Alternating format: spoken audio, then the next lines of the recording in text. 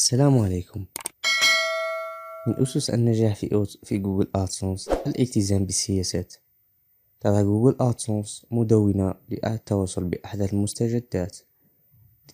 للولوج إلى هذه المدونة يكفي كتابة بلوج آدسونس.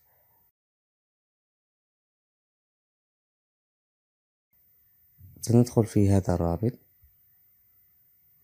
بعد ذلك ستتحمل لنا هذه المدونة. في الحقيقة المدونة هي باللغة الإنجليزية، لذا عليكم إتقان نوعا ما اللغة الإنجليزية. أنا لا أوصي بتتبع أي أحد من شروحات على اليوتيوب إلى غير ذلك، لأن هذه المدونة هي مدونة رسمية تتوصل بأحدث التجددات وأحدث المقالات فيما يخص جوجل آدسونس، وهي مقالات رسمية من الشركة نفسها. بعد الوصول إلى هذا الرابط يكفي قراءة المقالات، وما هي المقالات التي قد تناسبك، وما هي المقالات التي قد تناسبك وتناسب رغباتك اليومية. ثانيا، يجب معرفة بأن جوجل آدسونس تحب المواقع الصديقة. والمقصود بالمواقع الصديقة المواقع التي لا تقع عليها أي مخالفات، تتميز بسرعة التحميل، التنظيم الجيد، وموضع الإعلانات المناسب. نستعين في هذا بموقع سبيد تيست. هذا الموقع الذي يساعدنا في حل جميع مشاكل موقعنا، حتى أن بعض المشاكل التي تعيق التحميل الجيد للموقع إلى غير ذلك.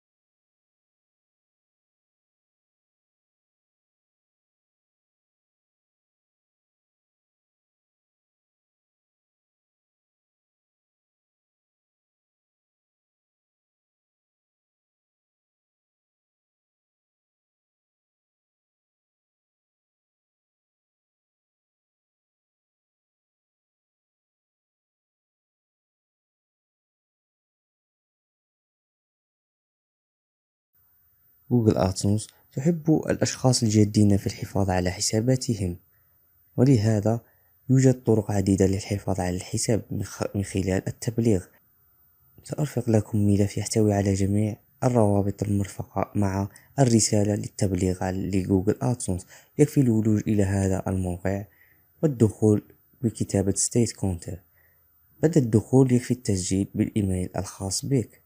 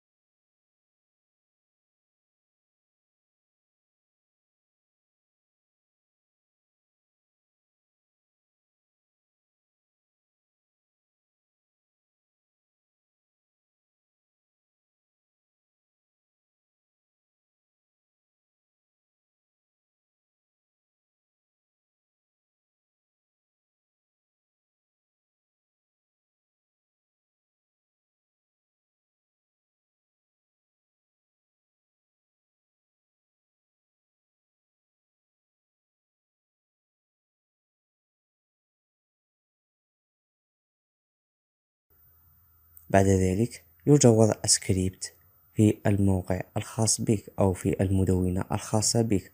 هذا السكريبت يمكنك من الحصول على جميع المعلومات من الأشخاص على الإعلان أو الإعلانات التي قاموا بالضغط عليها، الإيبيات، البلدان، وجميع الرابورات الخاصة بهم. هذا الأمر يساعدك في كشف عن النقرات المتعددة، أو إذا قام الشخص بالضغط على الإعلان لأكثر من مرة يجب عليك التبليغ اليومي، وهذا أمر ضروري يجب أخذه بعين الاعتبار، خاصة إذا كان الحساب في أول أيامه. هكذا تكون بإذن الله تعالى قد التزمت بسياسة آتونس، اطلعت بالجديد، ووافقت على جميع الشروط بصفة احترافية. السلام عليكم. في جزء الحماية الكاملة لحساب آتونس 100%. أول شيء يجب الذهاب إلى حسابك آتونس. هذا الأمر يتعلق بإشعارات آتونس لتكون في تواصل مستمر مع آتونس. شركة آتونس توفر العديد من الفرص التي من شأنها أن تعينك على استقبال الإشعارات حول موقعك، أو تلقي العديد من الرسائل لإنشاء محتوى حصري وجيد ومطابق لجميع سياساتها. لكن يرجى الانتباه أن أحيانا لا تأتي الإشعارات من آتونس، يكون هنالك الإغلاق المباشر. في هذه الحالة ستجد جميع الشروحات في قسم مشاكل آتونس وحلولها. أولا يجب فتح حسابك على الآتونس والتوجه إلى قسم سيرينج أي إعدادات. بعد ذلك يرجى التوجه إلى قسم بوليسي سنتر. هذا القسم يمكنك من معرفة إذا كان موقعك أو مواقع الويب الخاصة بك عليها مخالفات أو أي شيء من هذا القبيل. هذه العملية يهملها الكثير ولا يتقنها، لذا فهي مهمة. أحيانا آتونس تعطيك إشعار لمدة يومين حتى شهر، نصف شهر. بعد ذلك إن لم تستجب وتصلح موقع الويب الخاص بك ستتلقى الإغلاق مباشرة، وهذا أمر سيء خاصة إذا كنت قد فعلت حسابك على آتونس.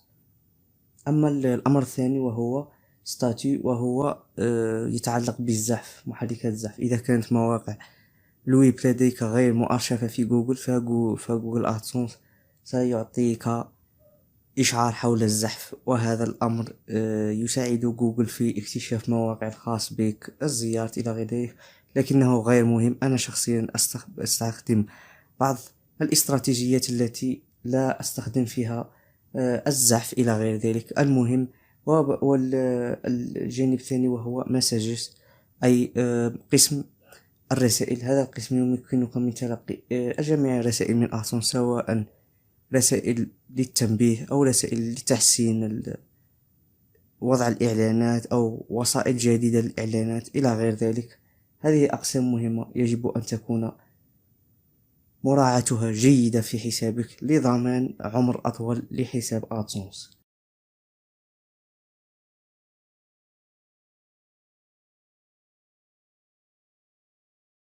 كما تطرقنا سابقا، فستيت كونتر من المواقع التي يجب أن تكون تتعامل معها. هذا الموقع يتيح لك العديد من الفرص، العديد من ليس في مجال آتونس، بل أيضا يساعدك في تحسين موقعك على محركات البحث بسبب المعطيات التي يقدمها من كافة النواحي، من الآي بيات إلى عدد الزيارات إلى مواقع الزيارات إلى مدة البقاء.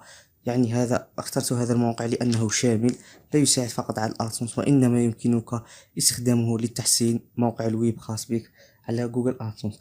دعونا نلقي نظرة إلى طريقة تركيب السكريبت على مدونتك. أنا اختار مدونة كما ذكرت سابقا لأنها سهلة، ولأن معظم المبتدئين يبدأون بمدونة أبلوغر.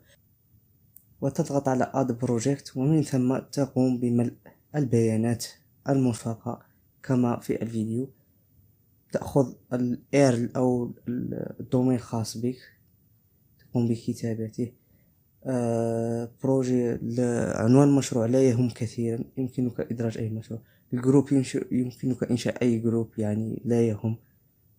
فيما يخص الديزاين، فهناك العديد من الستايلات التي تظهر كما تلاحظون على شكل أرقام أو على شكل دائرة، أو المهم أنا أحبذ ألا تظهر، وهذا أمر جيد. حسب تجربتي أنا لا أحبذ ظهورها، يعني تكون نون من الأفضل لكي لا تظهر، لكن النتائج على ستيت كونتر، على منصة ستيت كونتر تظهر لك 100%.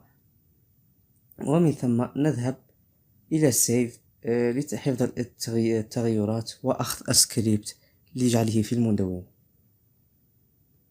كخطوة أخيرة تذهب إلى هذه المنصة وتضغط على كوبي، يعني نسخ السكريبت، والذهاب إلى الداشبورد الخاصة بالموقع أو بالمدونة، وإنشاء ويدات جديدة ولصق عليها وحفظ هذا السكريبت. هذا أمر ضروري وخطوة ضرورية يجب القيام بها للحفاظ على عمر جوجل أدسنس.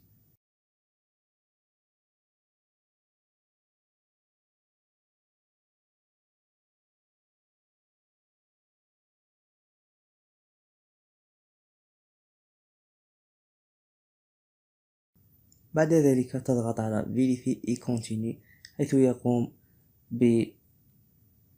بمراقبة النشاطات عن كثب وإمدادك بجميع المعلومات المرفقة. ظهرت هذه الرسالة لأن هذا موقع تجريبي فقط.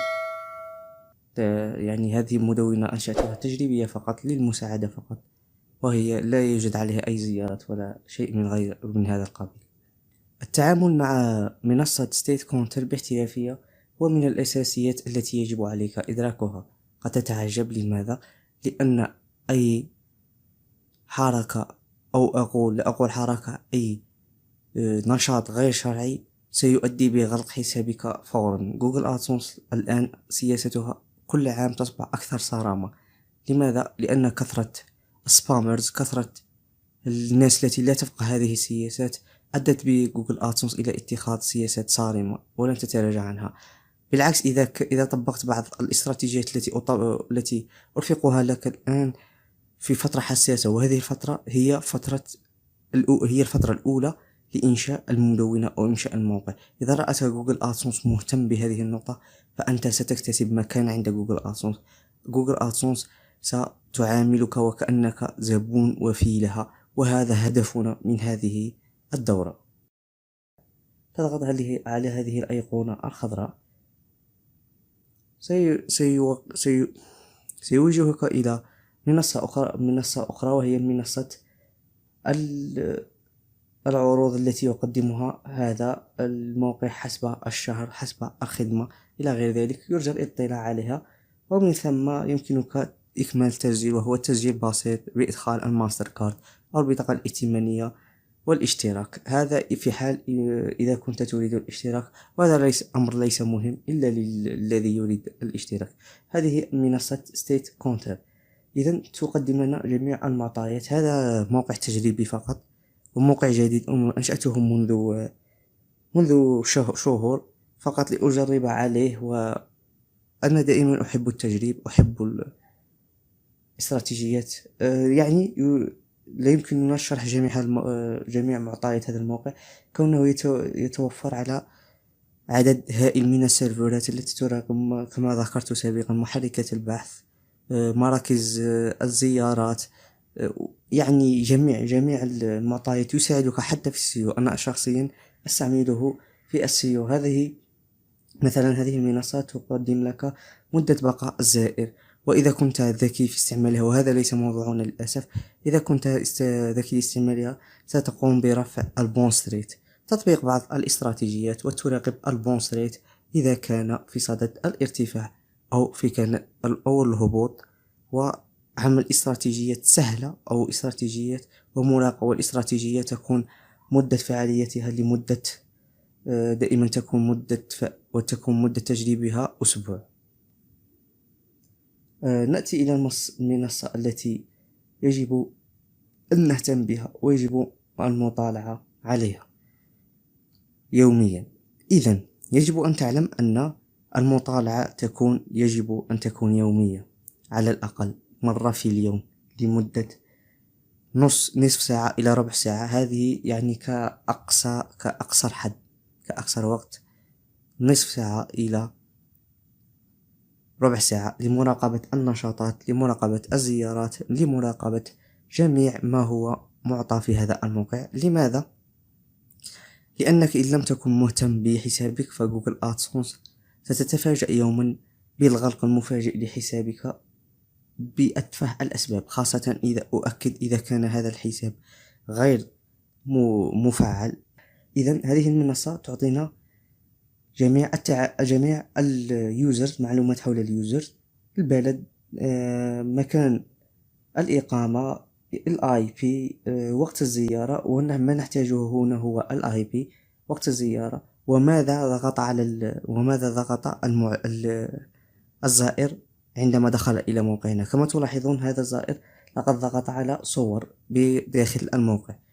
نحتاج كثيرا هذه المعطيات، وقت بالتحديد الذي ضغط عليه، هذه المعطيات التي نحتاجها بالضبط. السلام عليكم. أمر مهم من أمور التي يجب معرفتها في جوجل آدسونس.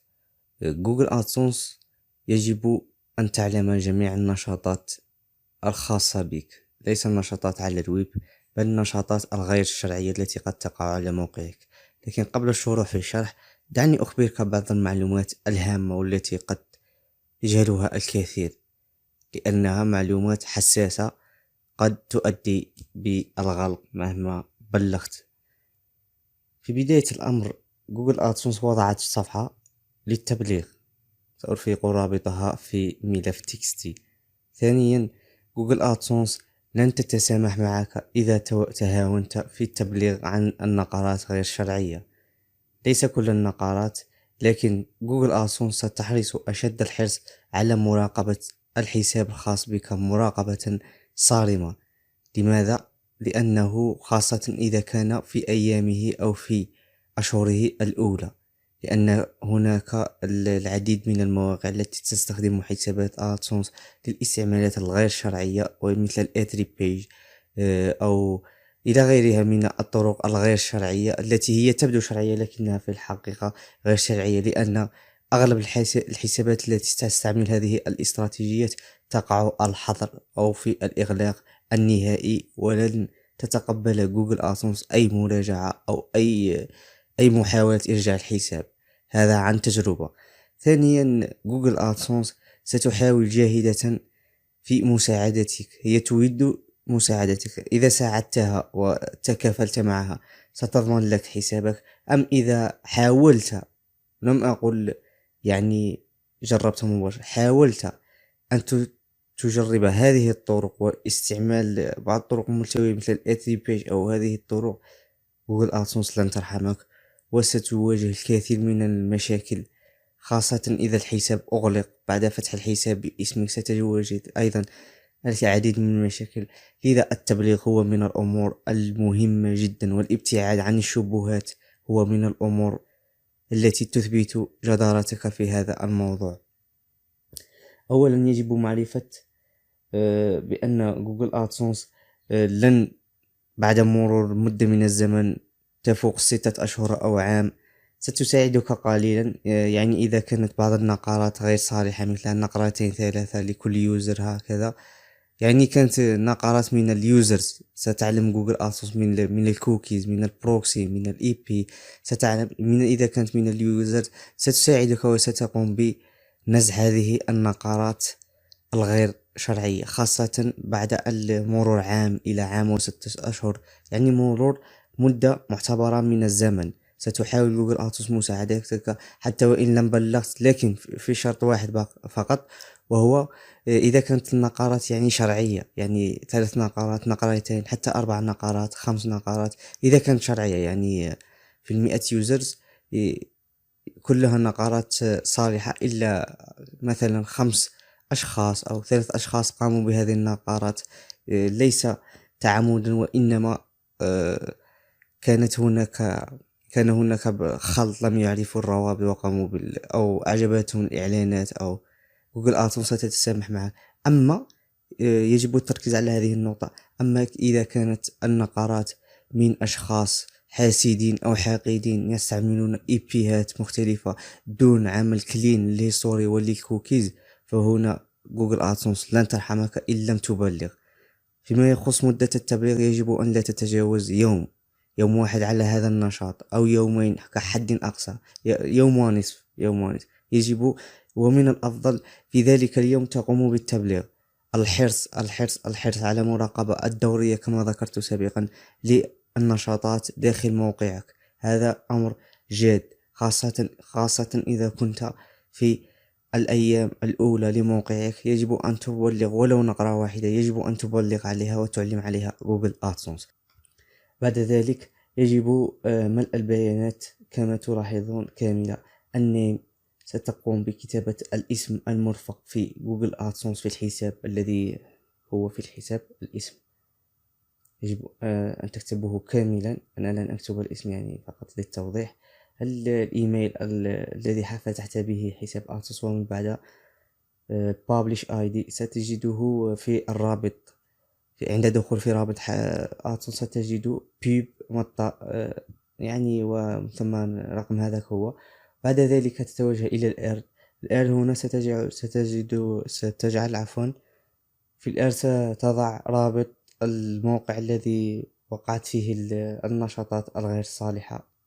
بعد ذلك تتوجه إلى State Counter وتقوم بمراقبة النشاطات. مثل هنا ستجد رابط الموقع الذي نقر فيه اليوزر أكثر من مرة، ستضع رابطه هنا مثلا. وبعد ذلك تتوجه إلى Topics، الخانة الثانية وهي النشاط غير صالح. بعد ذلك الديت وهي الوقت، ويؤكد جوجل آدسونس كثيرا على الساعة، ستجدها كاملة بالثواني على State Counter. ستجدها كاملة على State Counter. تقوم بوضع الشهر واليوم وبعد ذلك التوقيت. فيما يخص السنة لا تهم كثيرا، يمكنك تجاهلها، لأن جوجل آدسونس تؤكد كثيرا على الوقت بصفة عامة، ليس على اليوم، لأن الرابور موجود عندها. اليوم من الأفضل اليوم والشهر والوقت، لكن السنة لا تهم كثيرا. باراجراف، يمكنك كتابة باراجراف يعني احترافي، لكن من الأفضل هذا يعني مجرب وجيد، سأرفقه لكم أيضا. يمكنك عمل نسخ له وإرساله لآدسونس. فيما يخص الخانة الأخيرة هي الخاصة بالآي بيات وعدد الآي بيات، ستجد مثلا نقر 5 مرات، ستضع الآي بي 5 مرات، نقر مرتين ستضع الآي بي مرتين. هذا يعني ليس بالضرورة، وإنما كتوضيح فقط، يعني كجوجل آدسونس لتبدي لها أنك عالم بكل شيء، أنك محيط بهذه الأشياء. من الأفضل ثم تضغط على Submit ليتم إرسال الرابور إلى جوجل آدسونس. هذه أبسط طريقة للتبليغ على النقرات الغير الشرعية.